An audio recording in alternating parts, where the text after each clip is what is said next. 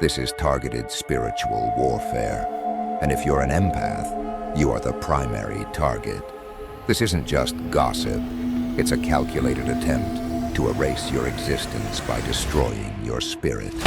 If you've ever been silenced by a smear campaign, what I'm about to reveal will change everything. For 4, almost 5 years now, my life has been under attack. Not just by one person, not just by a small group, but by an entire machine built on lies, gossip, and hate. It started with stalking, quiet at first, people watching me, following me, whispering about me behind closed doors.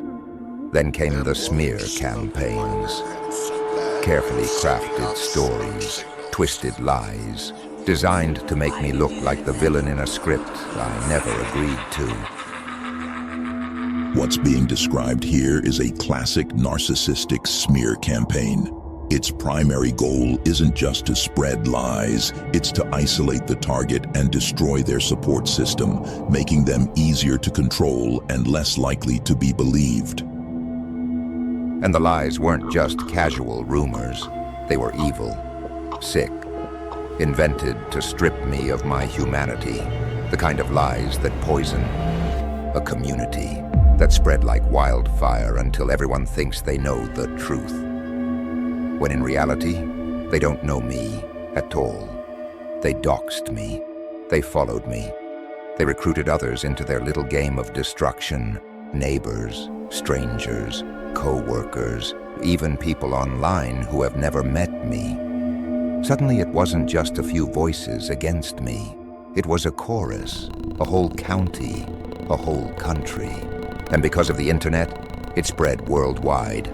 They filmed me in my most vulnerable moments, at my gym, in the stores where I shop, even walking through my own neighborhood. Every move I made, they twisted, mocked, and used as ammunition. This is what narcissistic abuse looks like when it leaves the private sphere and infects an entire society.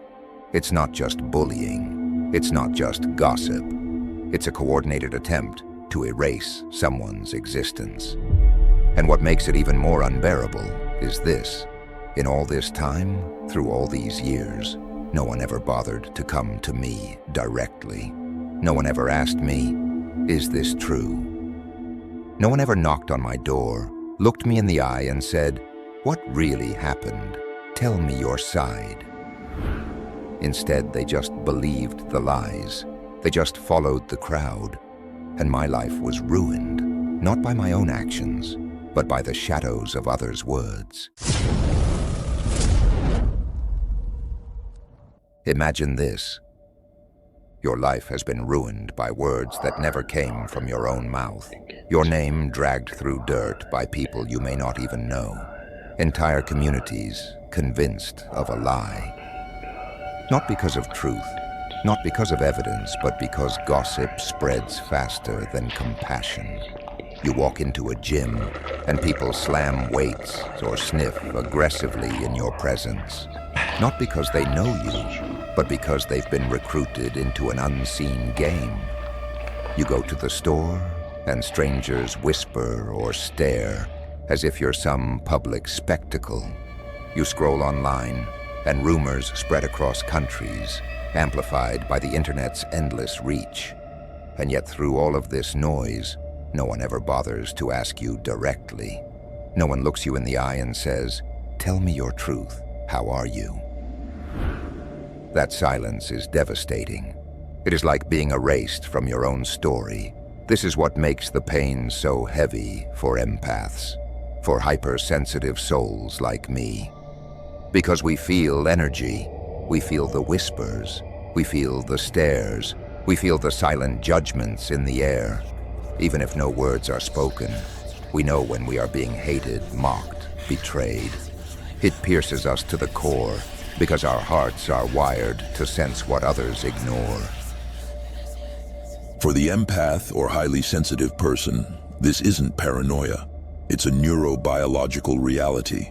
Their mirror neuron system is highly active, meaning they are quite literally picking up on and processing the negative intentions and micro-expressions of others in a way most people don't.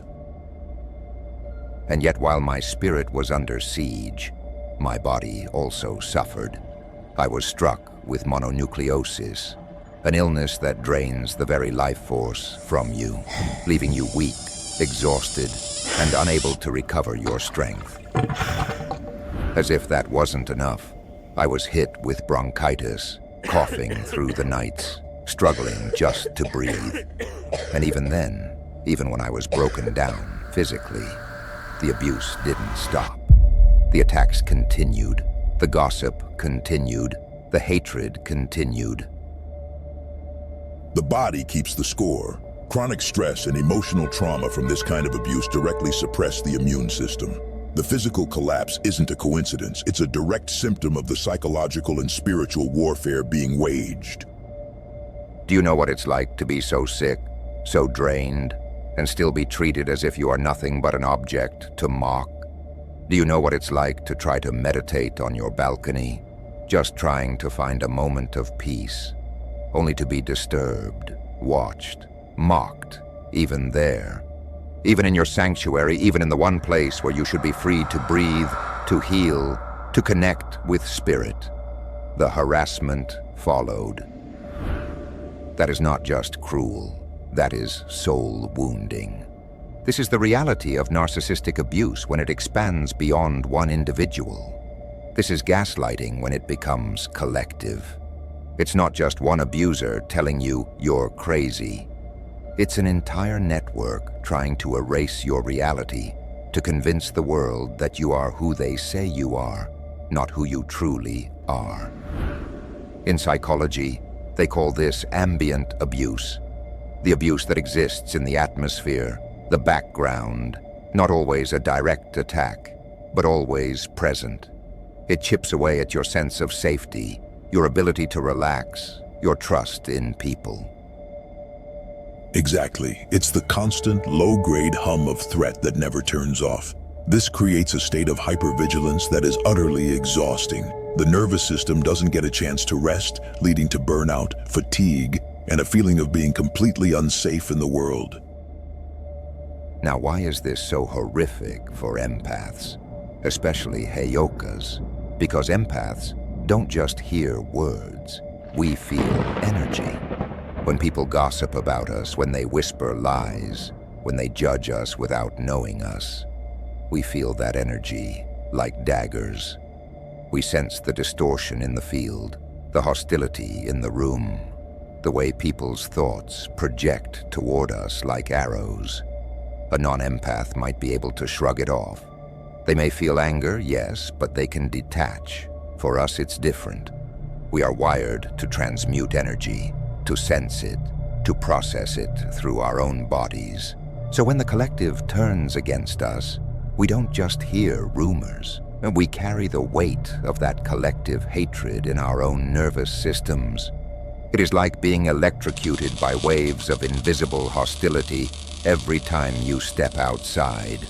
It is like being poisoned by energy that doesn't even belong to you, but runs through your veins anyway, because you can't help but feel. This is why narcissists target empaths, because they know we feel deeply, they know we care deeply, and they know that if they can turn the world against us, the pain will multiply tenfold inside us. And here is where the empath's curse reveals itself. We are built to heal. We are built to feel. But in times like this, that gift becomes agony.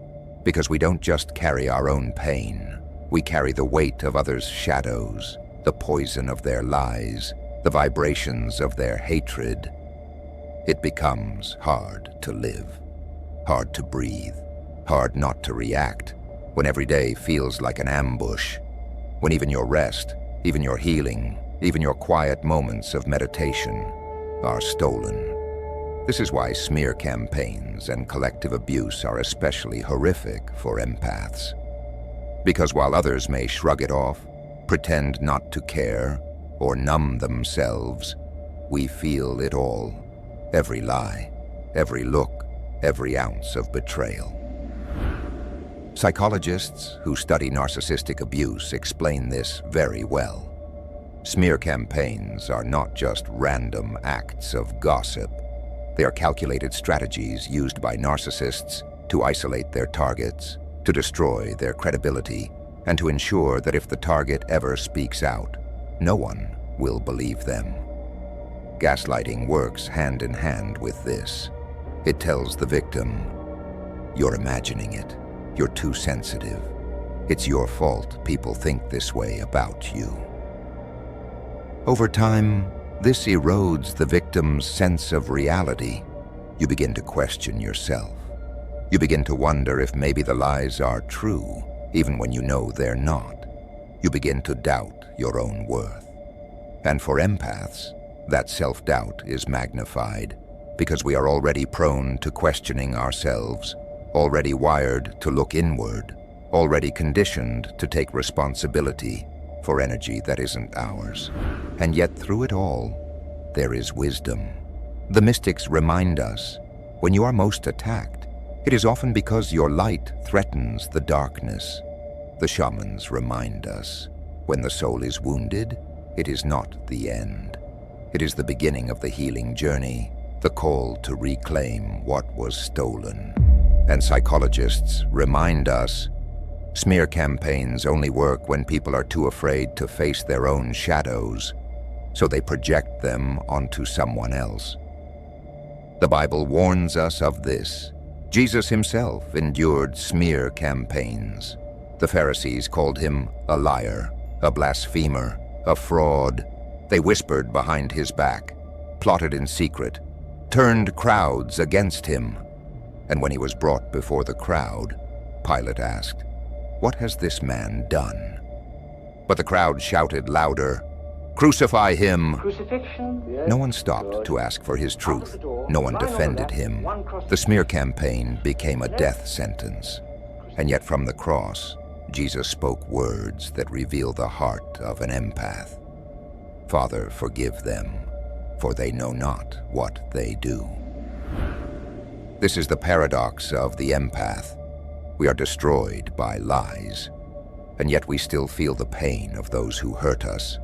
In Christianity, this struggle is reflected in the story of Job, a man who lost everything, not because he sinned, not because he was guilty, but because he was tested. The forces of darkness tried to break his spirit by piling suffering upon suffering. Buddhism also speaks of this kind of suffering. The Buddha was slandered by rivals who spread rumors that he was corrupt, immoral, or even dangerous. When his disciples asked how to respond, he said, "Just as a rock is not shaken by the wind, so the wise are not shaken by blame or praise." But for empaths, this is the challenge. The rock feels the wind. We are not made of stone. We are made of flesh, of spirit, of heart. And so while we aspire to stillness, the lies cut deep. In Buddhism, suffering arises from delusion.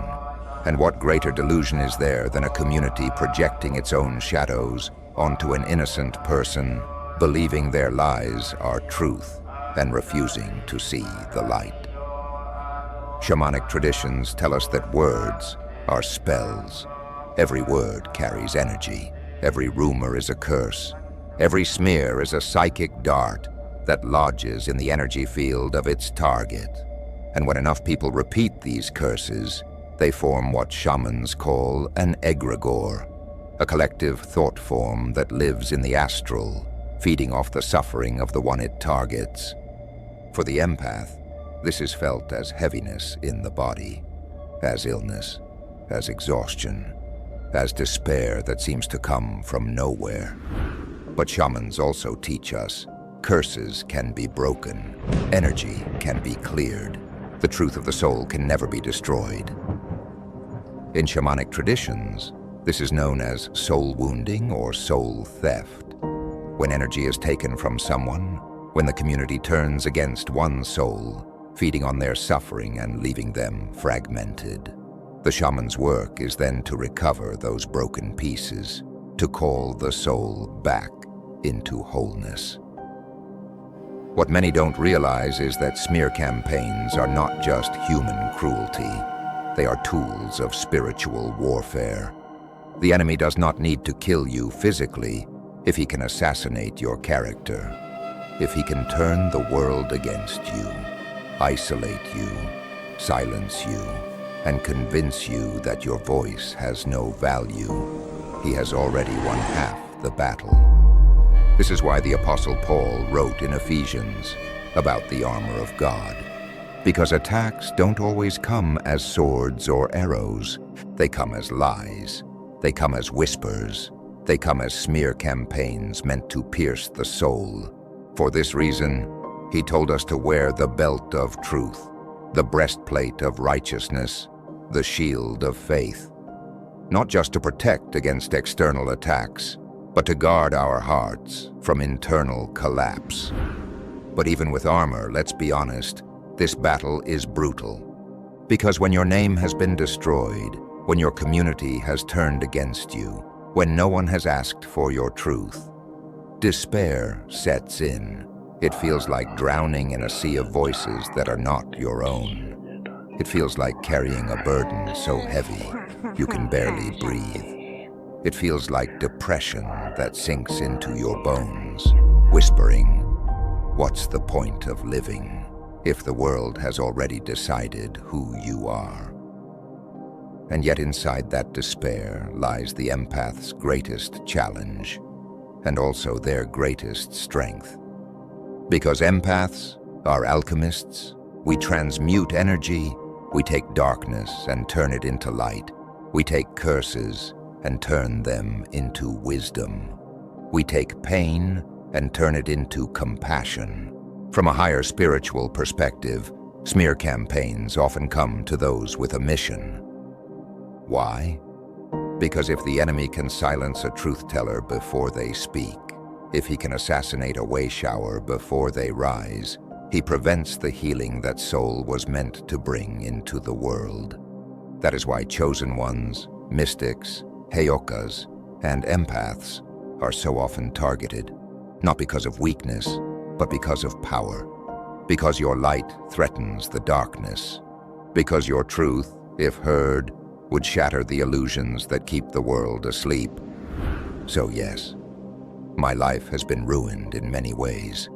I have lost peace, I have lost health, I have lost opportunities. I have even lost the comfort of sitting on my own balcony in meditation, peacefully. But what I have not lost is myself. Because even when lies surround me, truth still burns inside me. Even when the world mocks me, my soul still knows who I am. Even when I am sick, drained and broken down, the breath of spirit still flows through me. And if you too are walking through this kind of fire, I want you to know, you are not alone. You are not weak. You are enduring something that was designed to destroy even the strongest of souls. The fact that you are still standing, still breathing, still seeking light, is proof of your strength. And one day, truth always rises.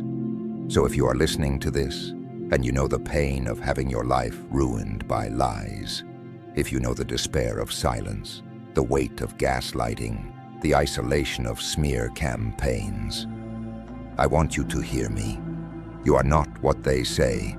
You are not the lies. You are not the silence. You are a soul of light, a heart of compassion, an empath who feels deeply, because you were born to transmute deeply. Yes, this journey will break you at times. Yes, it will leave you in despair. But out of that breaking, something holy emerges. Your voice becomes stronger, your truth becomes unshakable, and your compassion becomes medicine for a world that once tried to silence you. The journey of the empath who survives this is the journey of the alchemist. They are forced to develop unparalleled boundaries, profound self-trust, and a resilience that cannot be given by anyone else. It must be forged in this fire, What was meant to destroy them ultimately becomes their greatest strength. Remember this. The world may never ask for your truth, but your soul already knows it. And in the end, that is the only truth that matters. Stay strong, mystics. Stay true, empaths. And never forget, your light cannot be extinguished. The most powerful way to break a silence is to break it together. So I need you to do one thing for me, and one thing for yourself. In the comments below, I want you to type just these 3 words: I am real. Let this be your act of defiance. Let's fill this space with truth and show every single person who finds this video that they are not alone, that we are not alone. Your voice was never meant to be silenced. It's time to use it. Start now. Stay lit.